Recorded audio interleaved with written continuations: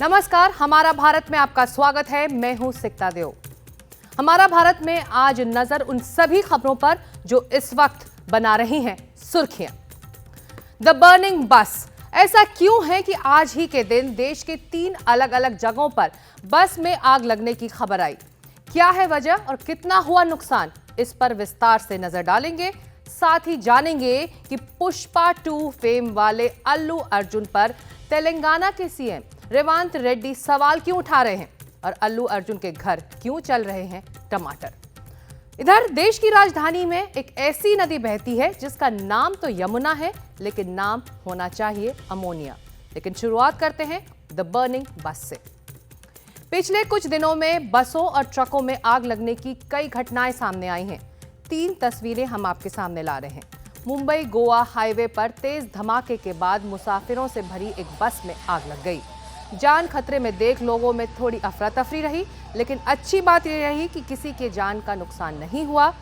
उधर मध्य प्रदेश के बड़वानी जिले के सेंधवा में भी ऐसे ही मामले की बात आई है। चलती बस में अचानक आग के बाद यात्रियों ने किसी तरह अपनी जान बचाई। तीसरी तस्वीर सबसे ज्यादा डरावनी है। हम बात जयपुर अग्निकांड की कर रहे हैं, जहां 20 दिसंबर की सुबह गैस टैंकर और ट्रक की टक्कर हुई, जिसमें 14 लोगों ने अपनी जान गंवा दी।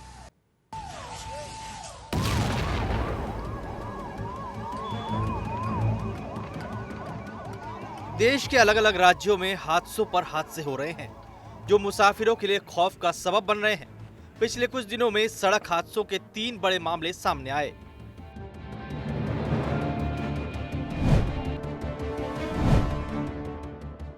मुंबई गोवा हाईवे पर सुबह होने से पहले का ये मंजर डरावना था।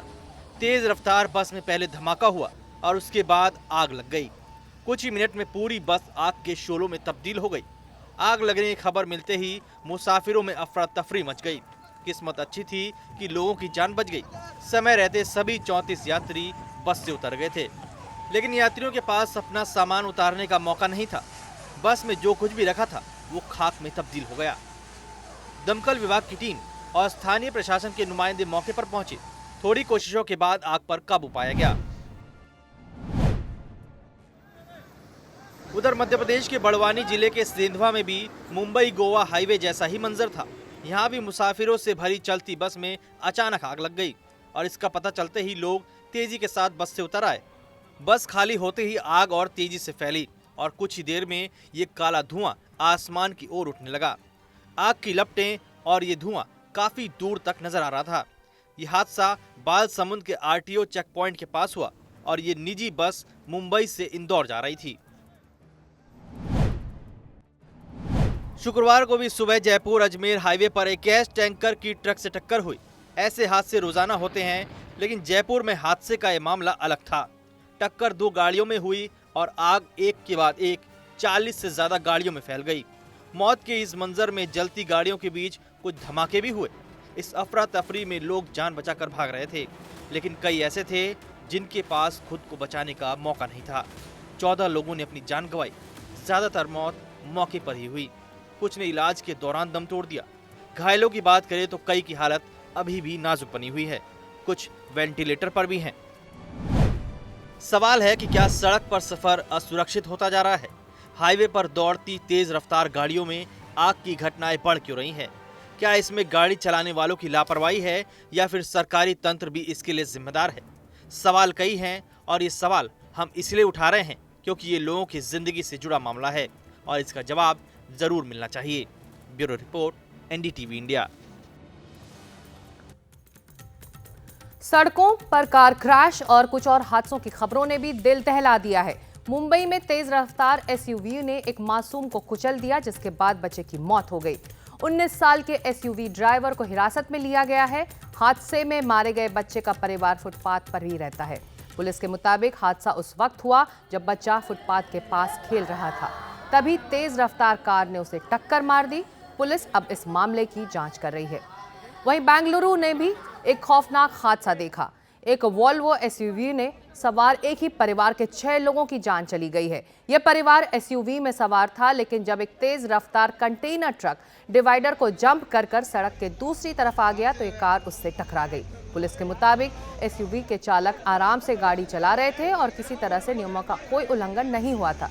ऐसे में ये सवाल भी उठ रहा है कि जब तक हमारी सड़कें सुरक्षित नहीं होंगी तब तक गाड़ियां जितनी भी सेफ हों उसका कोई फायदा नहीं।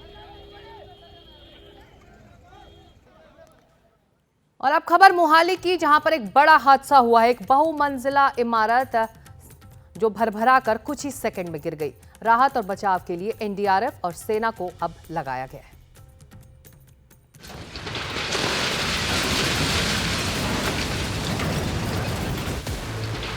बस कुछ सेकंड की बात थी, जिसने देखा उसकी आंखें खुली की खुली रह गई। देखते ही देखते एक मजबूत इमारत जमीन पर आ गई। शनिवार शाम पंजाब के मोहाली में यह हादसा हुआ। रेस्क्यू ऑपरेशन रात भर चलता रहा। पुलिस और प्रशासन के साथ स्थानीय नगर निगम का अमला भी मौजूद था। फंसे लोगों को बाहर निकालने के लिए एनडीआरएफ और सेना को भी बुलाया गया। ये ऑपरेशन रात भर चलता रहा। एनडीआरएफ के रिपोर्ट के मुताबिक उन्होंने एज पर देयर प्रोटोकॉल सारे एरिया को छान लिया है और उनके हिसाब से वहाँ पर अभी कोई डेड बॉडी होने की संभावनाएं नहीं है।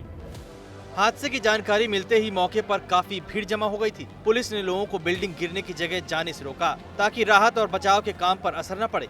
एनडीआरएफ, सेना और पुलिस ने काफी सूझबूझ से काम करते हुए फंसे लोगों को बाहर निकाला। सर एनडीआरएफ की 4 टीमें इसमें लगी हुई थी कल से सर, और ऑलमोस्ट 24 आवर इस चीज़ को ऑपरेशन को कंटिन्यू हो गए हैं सर। और टीमें 24/7 डेडिकेटली लगी हुई हैं सर। और हमने अपनी technical search, physical search and canine search के थ्रू सर हमने विक्टिम्स को रिकवर किया सर। उधर मोहाली पुलिस मामले में कड़ी कार्रवाई की बात कह रही है।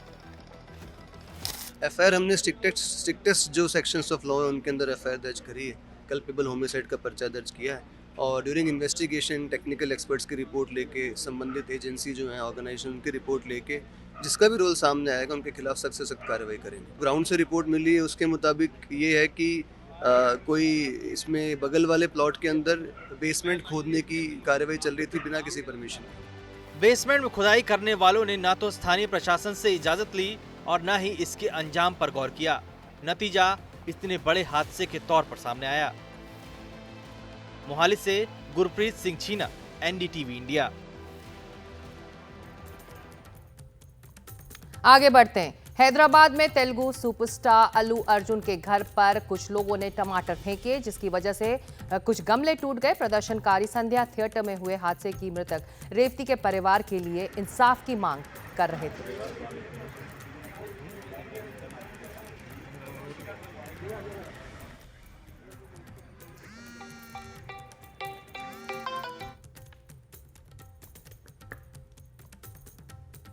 Allu Arjun is concerned, we have nothing against personally against any individual, but at the same time, all should be responsible to the citizens of the state. They should understand that safety and security of the citizens is the utmost important for everyone, and they should also follow it. They are heroes in films, but in ground also they should understand the problems of the society. Promotion of a film is not that important as important of the safety of the citizens. So something wrong has happened. So we should all understand that such incidents are not good for the safety and security of the citizens.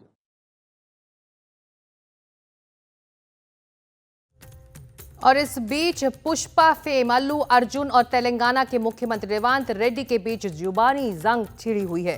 Telangana के CM ने विधानसभा में Telugu superstar पर हमला बोला और कहा कि कानून सबके लिए एक है, तो अल्लू अर्जुन ने भी जवाब देने में देरी नहीं की और कहा कि मेरे चरित्र पर हमला किया जा रहा है।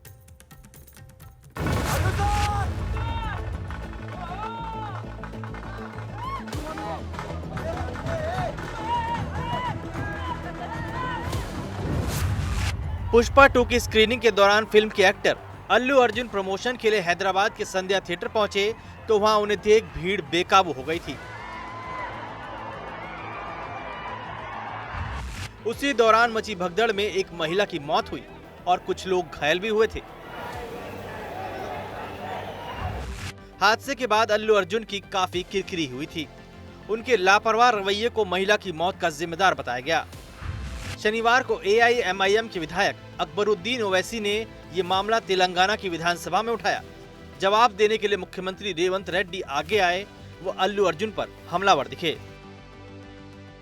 आप बिजनेस कर लो, आप पिक्चर निकालो, पैसे कमाओ, सरकार से इंसेंटिव्स ले लो, सब्सिडीज ले लो, स्पेशल प्रिविलेज शूटिंग के लिए जो होना है वो मांगो, मगर किसी का हत्या होने के बाद, किसी का जान चलाने के बचाने के बाद, किसी का जान लेने के बाद आज स्पेशल प्रिविलेज मांगे तो ये सरकार में नहीं मिलने वाले। मैं जब तक मैं कुर्सी में रहता हूं तब तक नहीं देता हूं। रेवंत रेड्डी ने साफ किया कि कानून सबके लिए बराबर है, किसी को स्पेशल प्रिविलेज नहीं दिया जाएगा। मगर हीरो तो नहीं गया थिएटर छोड़ के, वहीं बैठा हुआ है। अभी बर्दाश्त की बाहर हो गए, पुलिस कंट्रोल भी हो गए, तब डीसीपी आके सीधा हटा के इनके जो भी है सब सिक्योरिटी वाले पुलिस को हैंड ओवर कर देके डीसीपी जाके हीरो को बोल दिए कि भाई तुम तुरंत निकलना, नहीं तो हम लोग अरेस्ट करना पड़ता है। बाहर गाड़ी में बिठाने के बाद फिर जाते होकर फिर रूफटॉप निकाल के फिर लोगों को ऐसा कर रहा, तो ये कैसे इंसान है? हम लोग क्या बोलना है? विधानसभा में खुद पर हुए जुबानी हमलों का जवाब देने के लिए अल्लू अर्जुन भी सामने आए। उन्होंने कहा कि उनके खिलाफ गलत बयानी हो रही है और उन्हें जज न किया जाए। Please understand, there's a lot of misinformation, there's a lot of false allegation, wrong and miscommunication wala kuda chala jaruguddi. So I just want to tell, I don't want to blame any department or any particular political leader or the government. I just want to address everybody that there's a lot of misinformation. నేను ఇలా behave చేశాను, నేను అలా అన్నాను, నేను ఇలా చేశాను అనేది wrong allegations పడేసరికి అంతే extreme. It's humiliating and character assassination. अगर नियम और कायदे टूटेंगे तो सवाल भी उठेंगे और जवाब भी देना पड़ेगा। अल्लू अर्जुन का भावुक बयान उनके पॉपुलैरिटी को जरूर बढ़ा सकता है, लेकिन इस बड़े मामले में वो जवाबदेही से बच नहीं सकते। Bureau report, NDTV India. प्रदूषण की मार झेल रहे दिल्ली वालों के लिए पानी का संकट भी हो सकता है। यमुना नदी में अमोनिया की मात्रा बढ़ गई है, जिसकी वजह से वजीराबाद ट्रीटमेंट प्लांट पर पानी के उत्पादन पर असर पड़ रहा है। कहा जा रहा है कि इसकी वजह से दिल्ली के 30 इलाकों में पानी की दिक्कत होगी। नदी के प्रदूषण पर हमारी यह खास ग्राउंड रिपोर्ट।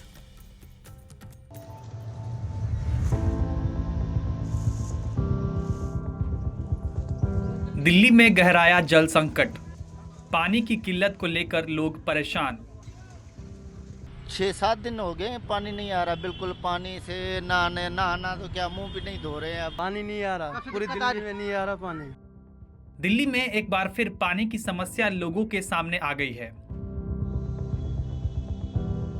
दिल्ली जल बोर्ड के अनुसार वजीराबाद पॉन्ड पर यमुना में अमोनिया का स्तर 5 ppm से अधिक हो गया है। इस कारण वजीराबाद वाटर ट्रीटमेंट प्लांट में पानी का प्रोडक्शन 25 से 50% तक कम हो गया है।